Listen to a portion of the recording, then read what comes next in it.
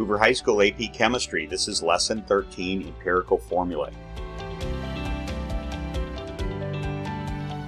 An empirical formula is the lowest ratio of atoms in the formula of a chemical compound. The molecular formula is the formula of the actual compound molecule or formula unit. So let's look at some examples. Ethylene C2H4, you can reduce that down to a ratio of 1 carbon for every 2 hydrogen. It's like reducing a fraction or factoring in an algebra polynomial. So that's C2H4 is the empirical formula. B2H6, you can reduce that down to 1 boron for every 3 hydrogen. There's sugar, and that you can see that you could factor a 6 out of that and come up with CH2O. Finally, there's water, H2O, and its empirical formula is H2O. You can't reduce that any further, 2-to-1 ratio of hydrogen to oxygen. So the empirical formula is the formula of a chemical compound that shows the smallest ratio of its elements. So what's the empirical formula of butane, C4H10? So it's like reducing a fraction. You can divide through by 2 and obtain C2H5. There's 2 carbon for every 5 hydrogen. That's the empirical formula for butane. There is no actual molecule with the formula C2H5, but this shows the simplest relationship between the number of carbon atoms and hydrogen atoms. So what's an empirical formula used for? An empirical formula is an intermediate middle step that takes laboratory measurements and uses these measurements to determine the molecular formula of a compound. So in the laboratory, we run a chemical reaction, we measure the products, what comes out of it, and we take those and we can weigh them and come up with the number of grams. We can then convert that to moles if we know what those elements are. And from that, the number of moles of those products, you can determine the empirical formula. From the empirical formula, if you have one more piece of data, and we'll talk about that later in this lesson, you can compute the actual molecular formula of that real-world molecule. You can determine its formula. Using laboratory techniques, you can determine the number of grams of product in the chemical reactions. Using the grams of products, you can compute the moles and then the empirical formula.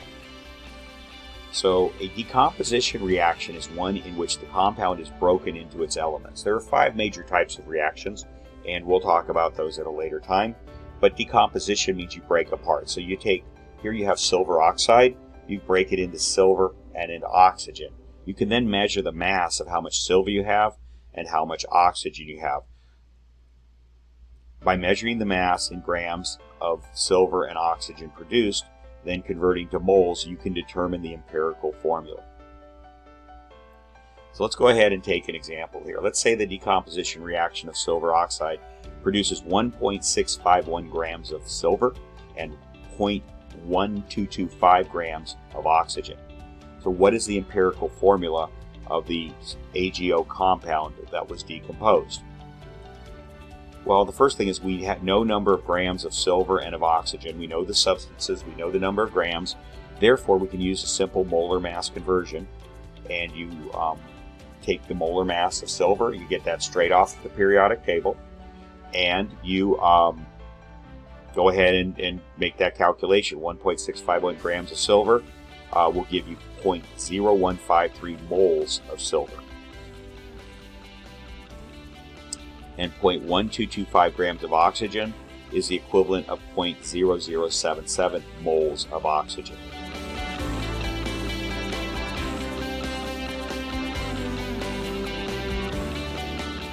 So then what you do is you create a ratio of the number of moles of each element you obtain, place the smallest number of moles you computed on the bottom of all the ratios.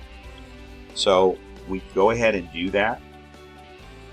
And for silver, we have its number of moles that we obtained for that, 0.0153. And for silver, it was 0.0077. 0.0077 is the smaller of the two, so you place that on the bottom. And what you get is 1.98, which is close enough could be rounded to 2.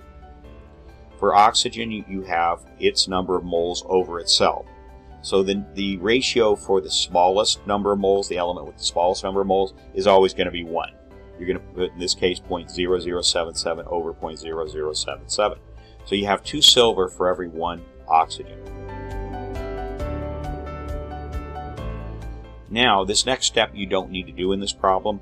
Multiply the number obtained in the last step by whole numbers, 2, 3, 4, and so on, until you have a whole number. Note, if the numbers are very close to a whole number, within about 0.05, it can be rounded to the nearest whole number. So in the last case, we had 1.98. That's close enough to 2 that we can round it to 2. So we didn't have to do this step. So the figure 1.98 for silver is close enough to 2 to round it. It is not necessary to perform the multiplication just mentioned.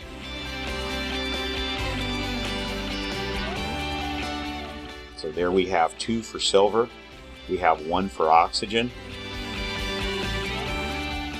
So we place these numbers as subscripts of the elements, and this is the empirical formula, Ag2O. You have 2 moles of silver for every 1 mole of oxygen. It doesn't tell you how many moles you have of silver and oxygen. It just tells you have twice as many moles of Ag as you have moles of O.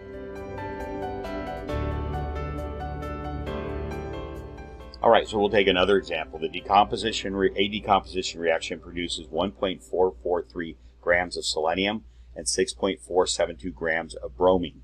What is the empirical formula of the SeBr compound that was decomposed? So just go ahead and you can write the decomposition reaction. This step is not necessary, but just so you see what's happening in the laboratory chemically. So you compute the moles of selenium and bromine using molar masses. Hopefully this is becoming very natural for you to do this. You must have things in moles in order to work with a chemical formula or a chemical equation. So you have 1.443 grams of selenium. The molar mass for selenium is 78.96. That's straight off the periodic table. And that means you have 0.018 moles of selenium. Do the same thing for bromine. Get the molar mass, or get the mass of bromine off the periodic table, the molar mass, and then go ahead and make that same calculation. And that means that you have 0.081 moles of bromine. Okay, now you create a ratio of the number of moles of each element with the smallest on the bottom. So for bromine, it's 0.081 over 0.018. And for selenium, which has the smallest number of moles, it's 0.018 over itself. So the element with the smallest number of moles is always going to have a ratio of 1. So you divide the top number by the bottom number. So 0.081 over 0.018 gives you 4.5. And for selenium, it's 0.018 over 0.018. And so that gives you a ratio of 1. The smaller of the two, the element with the smaller of the two number of moles is always going to have a ratio of 1. So in this case, we have to do what we didn't have to do in the last problem. You're going to have to multiply the number of moles by a whole number until you have a whole number. So for bromine, 4.5 can't be rounded. It's too far away from 4 or 5. So you have to multiply by 2, and then by 3, and then by 4 until you get a whole number. Well, in this case of bromine, you only had to do by 2. So you start with 2, you go 3, you go 4. In this case, it's just 2. So 4.5 times 2 gives you 9. That's a whole number. That means you also have to multiply the selenium by 2. So 1 times 2 is 2. So you place these numbers as subscripts, and that's the empirical formula. So it's Se2Br9.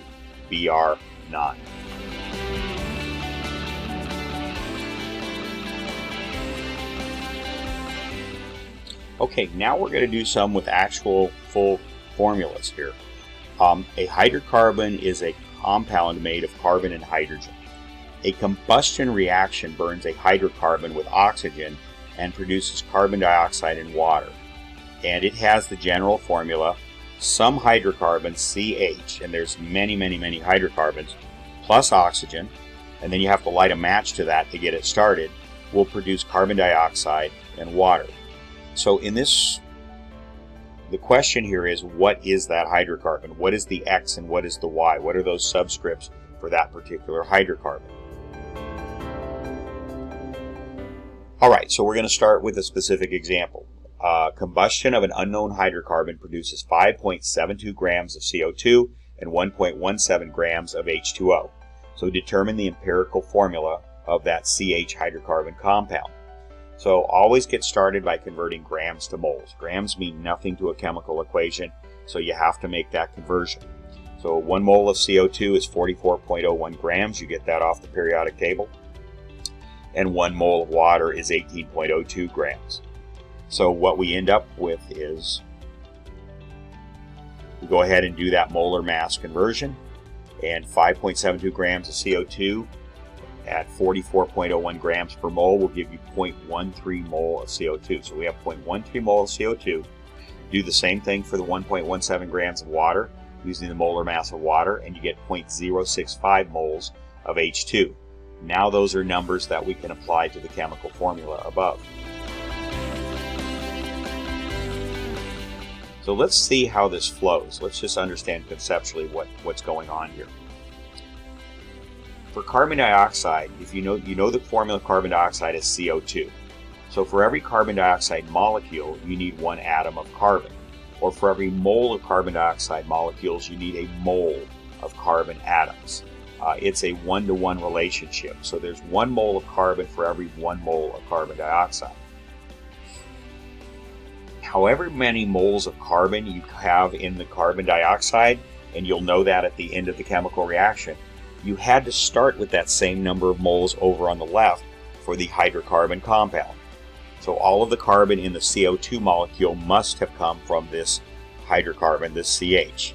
So if we can figure out how many moles of carbon we have at CO2, we'll know how many moles we started with over in the CH compound, and that's what we're trying to find out.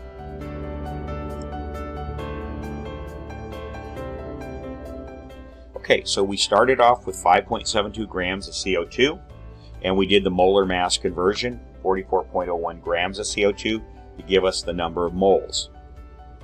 And you end up with 0.13 moles of CO2. We saw that in a previous slide. If there's 1 mole of carbon for every 1 mole of CO2, it's a 1-to-1, then that means you have 0.13 moles of carbon. So now we know how much carbon we got out of the CO2, out of this chemical reaction. All of that carbon could only have come from one place, from the CH compound over on the left. So if we had 0.13 moles of carbon in the carbon dioxide, we had to have 0.13 moles of carbon in the CH compound, and so that becomes our subscript there, 0.13. Now let's do the same thing for the hydrogen. So we started off with 1.17 grams of H2O. We have to convert that to moles, 18.02 grams per mole of water, and that gives us a number of moles of 0.065 moles of water. As you can see above, though, you need 2 moles of hydrogen for every 1 mole of water.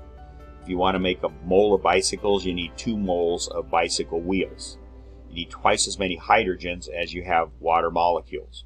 So it's 2 hydrogen down there on the bottom in the equation, 2 moles of hydrogen for every 1 mole of H2O. And that gives you 0.13 moles of hydrogen. Okay, so all the hydrogen in the water there could only have come from one place, the CH compound over on the left. So we go ahead and we can transfer that number over to moles of hydrogen on the left, and now we can make that the subscript. So now we know the ratio. It's 0.13 moles of carbon for every 0.13 moles of hydrogen. But you must have integer values for the subscript in a chemical formula. So we convert the ratio below, 0.13 to 0.13 is 1-to-1. So that means you have 1 carbon for every 1 hydrogen. And that's an empirical formula of CH, C1H1, but you don't write the ones. So there's your empirical formula. So that's how you calculate an empirical formula. So an empirical formula of a compound is the lowest whole number ratio of elements. The molecular formula of a compound is the actual chemical formula of the compound. The real-world molecule is the molecular formula. So in the previous problem, we found an empirical formula for a hydrocarbon compound of CH. There's an infinite number, or possible number, of molecular formulas that could have that empirical formula. Anything that has a one-to-one relationship between carbon and hydrogen could possibly be the molecular formula. So it could be CH itself, it could be C2H2, C3H3, C4H4, C5H5, and so on. It could go on forever. So which one of those is the actual molecular formula? How do we find that out? So how can we know what the actual molecular formula is if we know the empirical formula? The answer is this. If we know the molar mass of the compound, we can derive the molecular formula of the compound from the empirical formula. So we need that additional piece of information of knowing the molar mass. So if it's determined that the molar mass of the CH compound from the previous problem is 78.11, what is the true molecular formula of the compound? Now note, we will leave the question of how the molar mass of an unknown gas is determined. We'll leave that for another discussion, but just understand it can be determined. You can determine the molar mass of a gas that you don't even know what it is. So we've got 78.11 grams for this particular gas.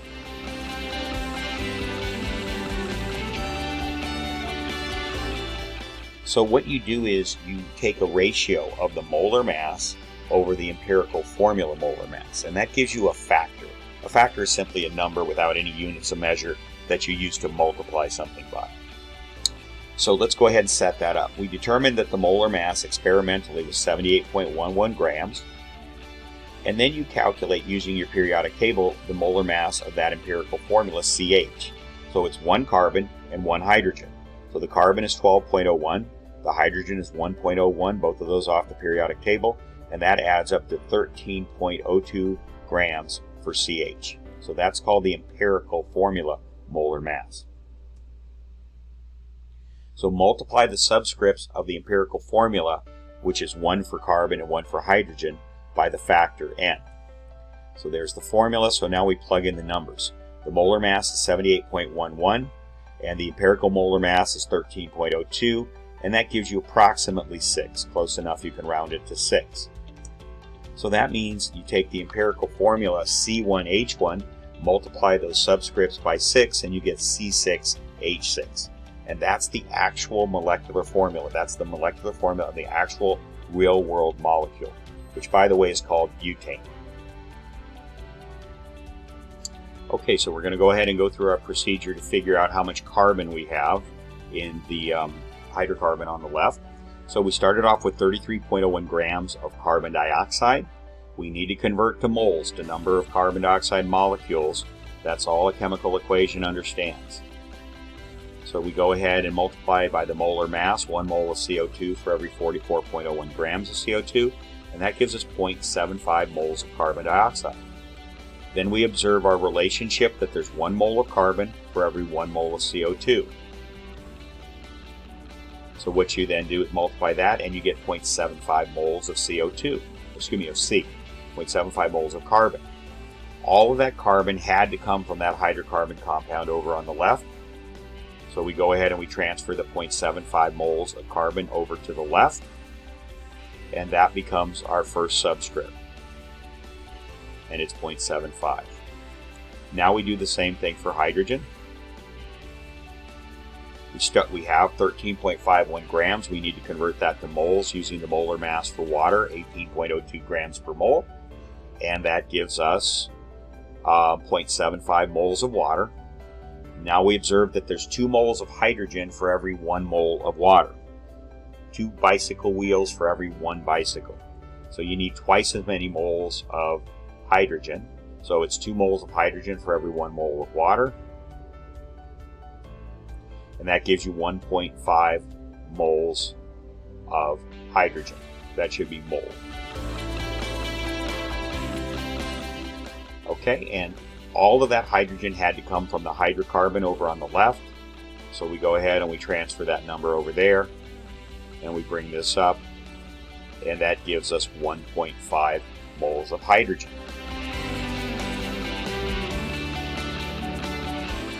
So we have 1.5 moles of hydrogen for every 0.75 moles of carbon. That's a 2-to-1 ratio. That means we have twice as much. We have 2 moles of hydrogen for every 1 mole of carbon. We have to use whole numbers in our subscripts. So that means the empirical formula is CH2, 2 hydrogen for every 1 carbon. Now that could be the molecular formula. We don't know at this point, but it's basically a ratio of 2 to 1. So let's say if in the lab experiment you calculate 1 mole of gas has a mass of 28.06 grams, what is the molecular formula? So we take the N, we calculate the N, it's molar mass over empirical molar mass. So that's 28.06, that's what we determined up above in the lab. And we calculate the empirical molar mass of CH2. So carbon is 12.01, hydrogen is 1.01, and then another one 1.01. You add that up, you get 14.03 for the empirical molar mass of CH2. If you put those as a ratio, you end up with a factor of 2. So the empirical formula was CH2, and if you multiply those subscripts by 2, you get C2H4. And that's the actual molecular formula of ethylene. That's a real-world molecule. CH2 is not a real-world molecule. And that's how you do that. All right, so it's a little challenging. So I've given you 4 examples there of how to do this. I'll give you some more in the problems. We'll be working with these throughout the course. Again, don't be intimidated just because it seems difficult at first. Just follow the steps in this video. Watch the video as you're doing the problems. I think that might help you out. All right, so we will go on to the next lesson on Friday, which is limiting reactants, and that will conclude our Unit 2 gram stoichiometry. So we'll see you next time.